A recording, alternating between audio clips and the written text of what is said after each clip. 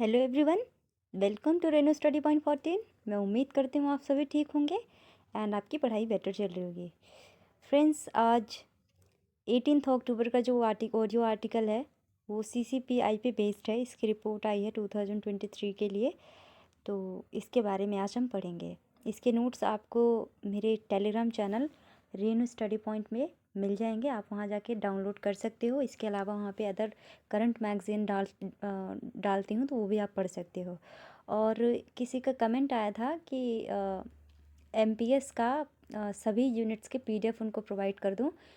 तो PDF तो नहीं है, हाँ इतना है कि आप टेलीग्राम वो यूट्यूब पे मैंने जितने वीडियो डाल रखे हैं MPS से रिलेटेड वो सारे आप देख सकते हो, क्योंकि वो उस टाइम पे काफ़ी मुझे ज़्यादा पता नहीं था यूट्यूब के बारे में, तो जितना समझ में आया था मैंने बनाया है। तो आप यूट्यूब से ही देख करके उसके PDF नोट्स बनाकर आप पढ़ सकते हो। मैं इतना कह सकती हूँ कंटेंट बहुत ईजी लैंग्वेज में है, तो आप उसको कवर कर सकते हो। और उसके अलावा अगर कोई इन्फॉर्मेशन चाहिए या फिर कोई न्यू टॉपिक समझना है तो आप मुझे बता सकते हो, तो मैं उसको यूट्यूब पे ज़रूर लूँगी। ओके, सो हम स्टार्ट करते हैं। देखिए, ये चर्चा में क्यों है? क्योंकि अपने कम उत्सर्जन तथा नवीकरणीय ऊर्जा के बढ़ते प्रयोग के कारण हाल ही में जारी जलवायु परिवर्तन प्रदर्शन सूचकांक यानी CCPI 2023 में भारत 63वें में से 2 स्थानों पर चढ़कर 8वें स्थान पर पहुंच गया है। ठीक है फ्रेंड्स, क्योंकि ये चर्चा में सिर्फ इसीलिए है क्योंकि भारत का जो रैंक 63 था, 63 देशों में क्या था, 8वें स्थान पर आया है। ओके, आगे देखिए, जलवायु परिवर्तन प्रदर्शन सूचकांक के बारे में हम पढ़ते हैं। यह बॉन जर्मनी में स्थित एक गैर सरकारी संगठन जर्मन वॉच द्वारा डिज़ाइन किया गया एक स्कोरिंग प्रणाली है, जिसे पहली बार 2005 में प्रकाशित किया गया था तथा इसे हर साल संयुक्त राष्ट्र जलवायु परिवर्तन सम्मेलन में इसका अद्यतन संस्करण पेश किया जाता है। आगे चलिए। इस सूचकांक का उद्देश्य 63 देशों तथा यूरोपीय संघ के जलवायु संरक्षण प्रदर्शन का आकलन तथा तुलना करके अंतर्राष्ट्रीय जलवायु नीति में पारदर्शिता में सुधार करना है, जो वैश्विक ग्रीन हाउस उत्सर्जन के 90% से अधिक के लिए उत्तरदायी है। ओके, आगे चलते हैं। CCPI 2023 की विशेषताएं देखते हैं। German watch new climate institute and climate action network की रैंकिंग पर आधारित है कि देश 2030 तक अपने उत्सर्जन को आधा करने में कितना अच्छा कर रहे हैं, जो 1.5 डिग्री सेल्सियस के लक्ष्य को पूरा करने तथा विनाशकारी जलवायु परिवर्तन से बचने के लिए आवश्यक है। ओके, आगे चलते हम।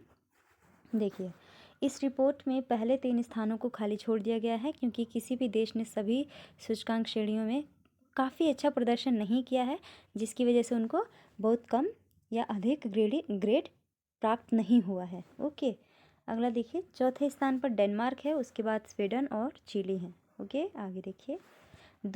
चीन दुनिया का सबसे अग्रणी प्रदूषक यानी चीन दुनिया का सबसे अग्रणी प्रदूषक इस साल के CCPI में ये PI है, ठीक है, में 13वें स्थान से गिरकर 51वें स्थान पर आ गया है तथा कोयले से चलने वाले नए बिजली संयंत्रों की योजनाओं के कारण बहुत कम ग्रेड इसे प्राप्त हुआ है। तो सबसे प्रदूषक जो इस साल के CCPI में स्थान रखता है वो कौन है? चीन है। ओके, आगे देखते हैं। 3 स्थान ऊपर चढ़कर अमेरिका 52वें स्थान पर आ गया है। सबसे कमज़ोर प्रदर्शन करने वाले देशों में ईरान 63वें, सऊदी अरब 62वें और कजाकिस्तान 61वें स्थान पर है। ओके, आगे देखिए। भारत के समक्ष चुनौतियाँ, वैसे तो चुनौतियाँ बहुत है लेकिन ये आर्टिकल से यूज़ है, तो आर्टिकल में जितने थे उतने मैंने चर्चा कर रखी है। इसके अलावा आप मुझे कमेंट में बता सकते हैं कि और क्या क्या चुनौतियाँ भारत के समक्ष हैं। ओके, तो देखिए, भारत 90% वैश्विक कोयला उत्पादन के उत्तरदायी 9 देशों में से एक है तथा भारत 2030 तक आने तेल गैस उत्पादन को 5% से अधिक बढ़ने की योजना बना रहा है, जो 1 डिग्री सेल्सियस के लक्ष्य के अनुकूल नहीं है। साथ ही अक्षय ऊर्जा मार्ग 2030 लक्ष्य के लिए ट्रैक पर भी नहीं है। ये भारत की चुनौतियां हैं। इसके आगे देखिए, भारत द्वारा उठाए गए कदम।